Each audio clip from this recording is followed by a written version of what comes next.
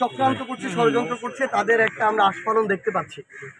এবং এরকম একটা প্রোগ্রাম যা সাংগঠনিক ইন্টারনাল প্রোগ্রাম একটা অডিটোরিয়ামের ভিতরে হচ্ছে, সেখানেও যখন অডিটোরিয়ামের পাশে ককটেল বিস্ফোরণ হতে পারে, আমরা আমাদের জায়গা থেকে মনে করি যে বাংলাদেশের বর্তমান নিরাপত্তার সাথে সংশ্লিষ্ট অন্তর্বর্তীকালীন সরকারের যারা দায়িত্বে আছেন, স্বরাষ্ট্র মন্ত্রণালয় থেকে শুরু করে বিভিন্ন এজেন্সি যারা আছেন, তারা তাদের জায়গায় যতটুকু তাদের এখানে অ্যাক্টিভ থাকার কথা ততটুকু হয়তো তারা এখন থাকছেন না।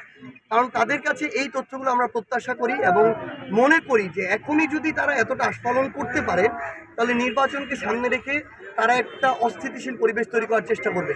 আমরা দেখেছি বাংলাদেশের গুরুত্বপূর্ণ স্থাপনাগুলোর ভিতরে ওই রকম সেন্সিটিভ জায়গায়, এয়ারপোর্টের মতো জায়গায় কীভাবে আগুন ধরে যায়।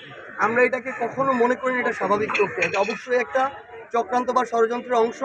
আমরা অন্তর্বর্তীকালীন সরকারকে অনুরোধ করব তার এই নিরাপত্তা সংশ্লিষ্ট সকল বাহিনী এজেন্সিকে তারা যেন ওই রকম স্ট্রং নির্দেশনা দেন যে এই ধরনের ফ্যাসিস্টদের বা তাদের দোসরদের কিংবা ষড়যন্ত্রকারীদের এই আস্ফালনকে বন্ধ করতে হবে। তাদের এটার জন্য যা ব্যবস্থা নেওয়ার নিতে হবে, নাহলে এই দায় অবশ্যই তাদেরকে বহন করতে হবে।